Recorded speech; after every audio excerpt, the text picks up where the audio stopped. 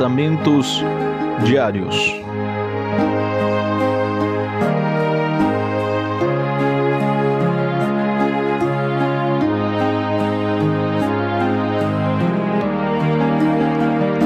Simples, mas profundas frases e reflexões diárias.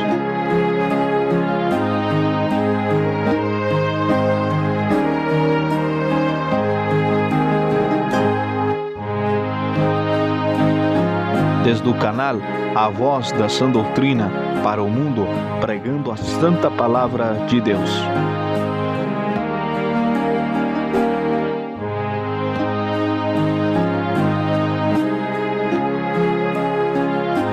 A mensagem de hoje se encontra no livro de Mateus, capítulo 5, verso 3, as bem-aventuranças.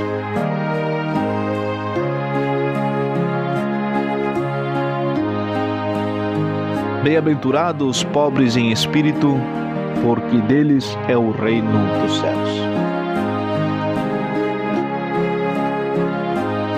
Bem-aventurados são os pobres de espírito. Quais são esses pobres de espírito? Note aqui que a palavra pobre, quando se refere aqui, não está se referindo aos pobres materiais, aquela pessoa que tem pouco dinheiro, que tem poucas condições financeiras ou que apenas consegue ter o sustento diário, mas está se referindo aos pobres de espírito. O que é um pobre de espírito?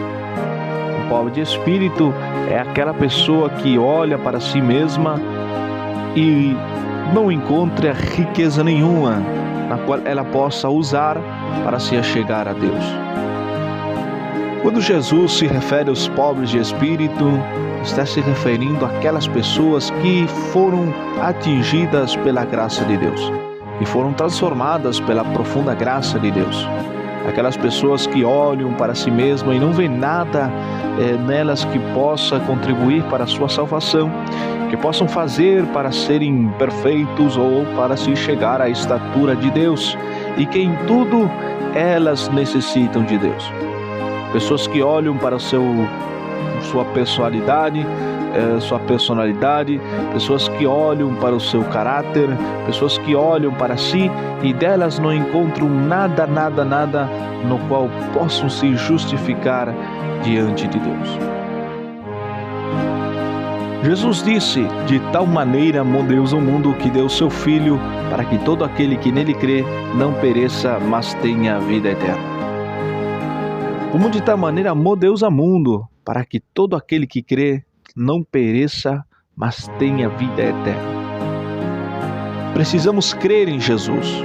Precisamos crer que nós somos seres perdidos, que desde Adão a natureza do homem ela foi denegrida com o pecado, e desde então tudo que era bom no início, porque quando Deus criou o homem, ao igual que a natureza e cada ser vivente criado, ao fim de cada uma dessas criações, ao findar do dia, Deus vinha e olhava e dizia: e viu Deus que era bom.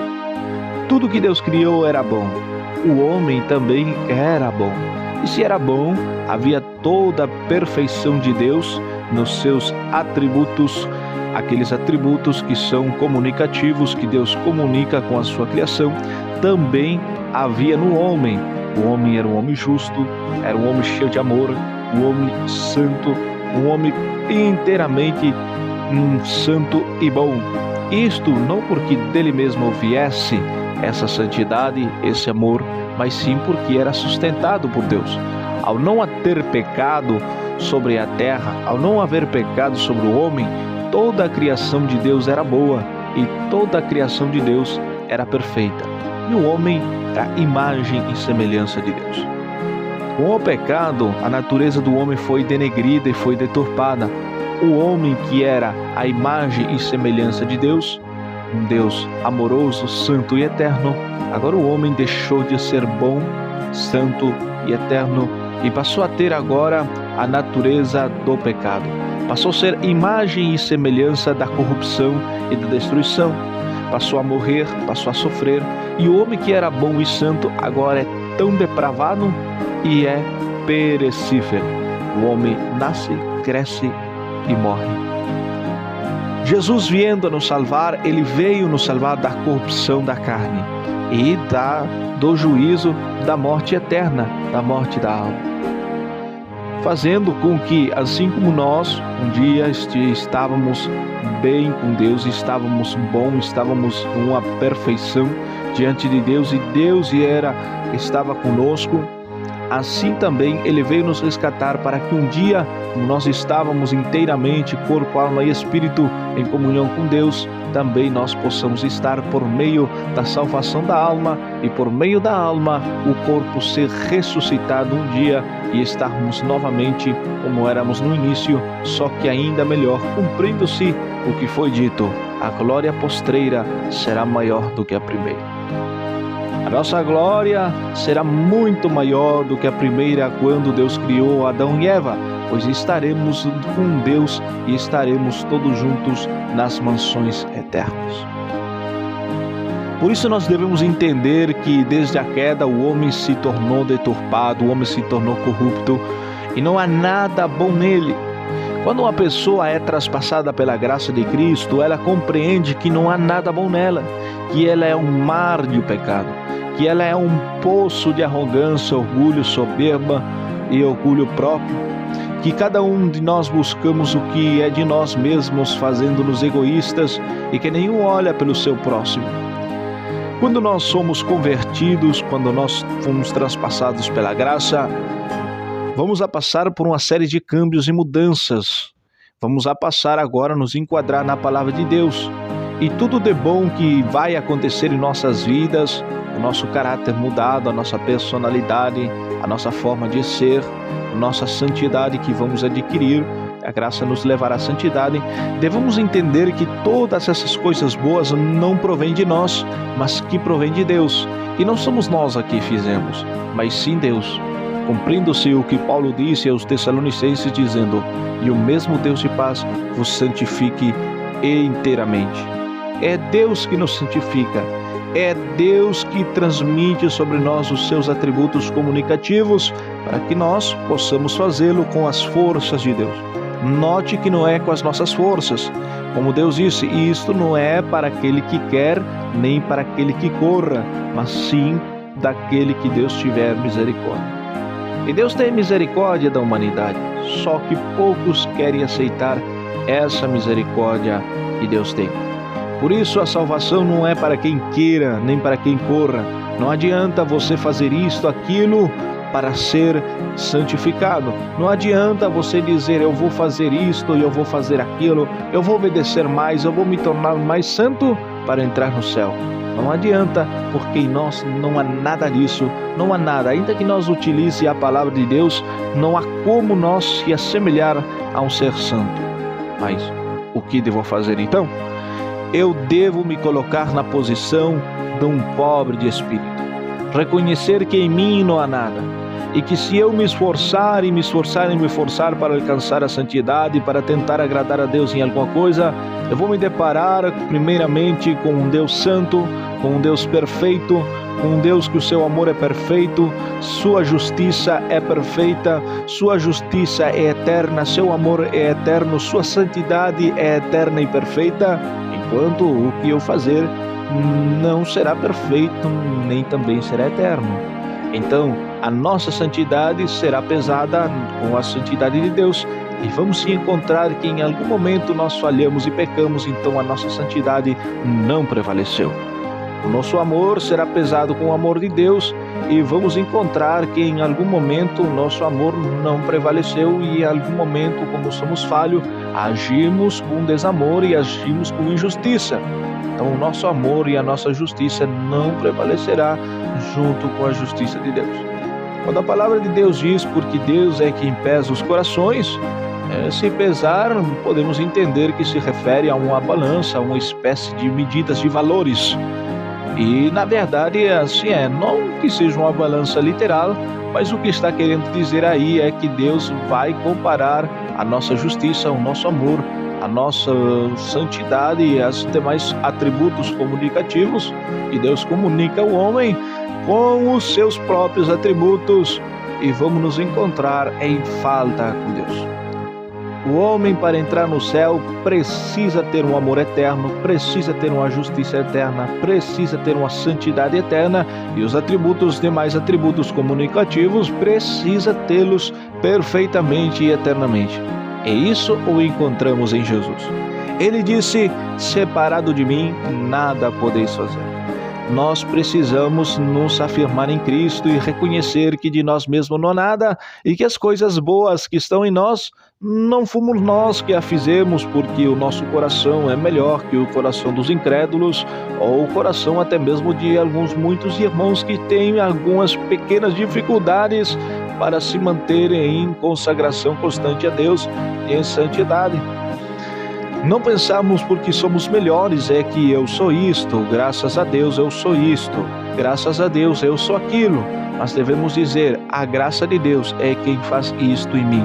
De mim não há nada. Se eu sou isto, é porque a graça de Deus o fez em mim, e não há nada bom em mim que eu possa desejar.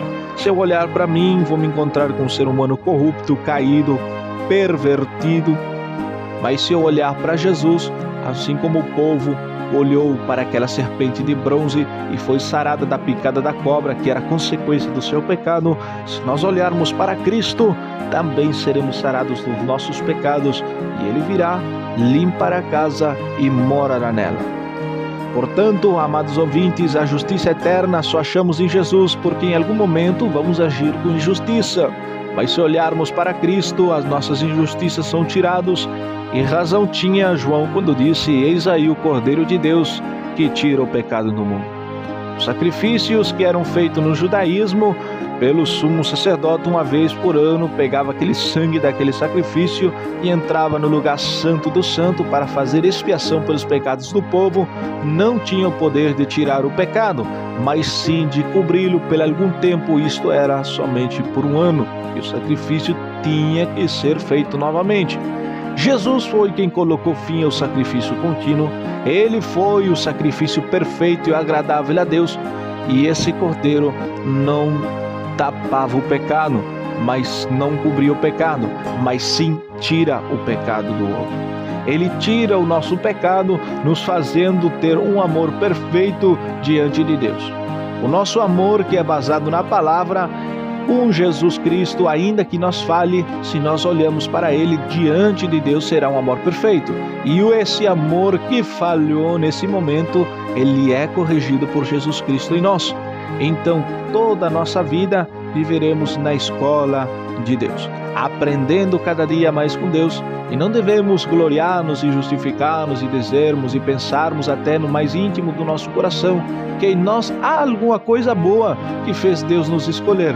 Lembrando que Jesus disse: não me amaste vós a mim, mas eu vos amei primeiro. Não havia nada bom em nós, não há amor em nós, não há justiça em nós. No entanto, há um engano, ódio em nós, um ódio enganoso,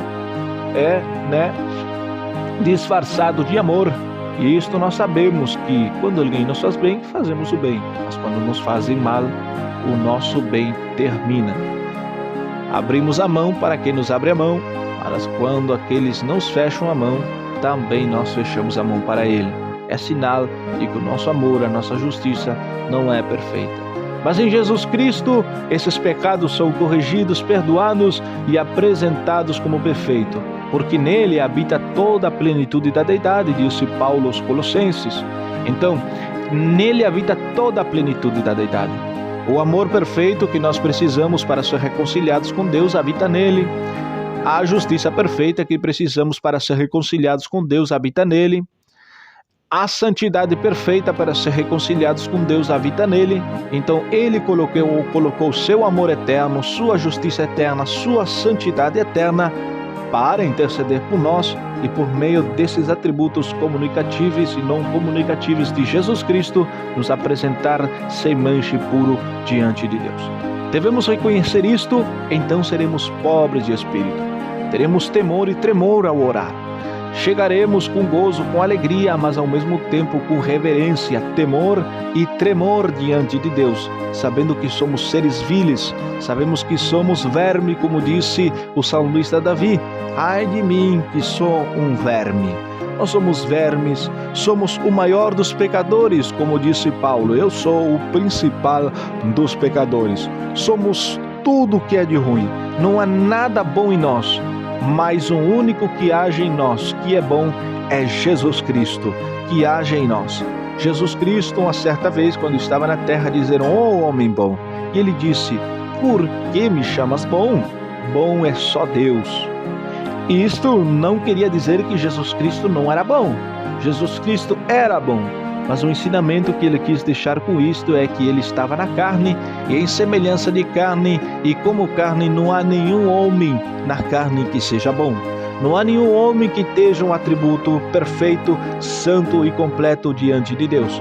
Não há nenhum homem que tenha amor perfeito, santidade perfeita e juízo perfeito diante de Deus. O que faz que ainda nós, sendo salvos e remidos, se olharmos para nós, não há nada bom em nós.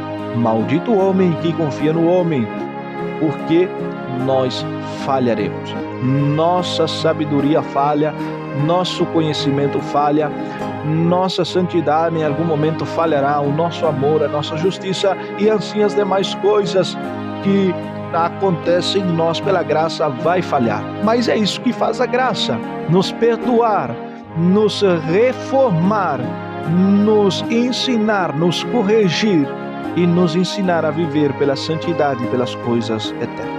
Sejamos então pobres de espírito, reconhecendo a nossa total e inteira dependência de Deus e olhando para nós e se considerar como vermes, como o principal dos pecadores, como quem nós não há nada e que se não fosse pela graça, nós estaríamos no mundo como muitas outras pessoas que morrem e descem ao inferno. Que a graça de Deus seja nosso motivo de louvor e adoração a Deus, em considerarmos que nós não somos nada, mas Ele é tudo. Como disse João Batista, que Ele cresça e que eu diminua.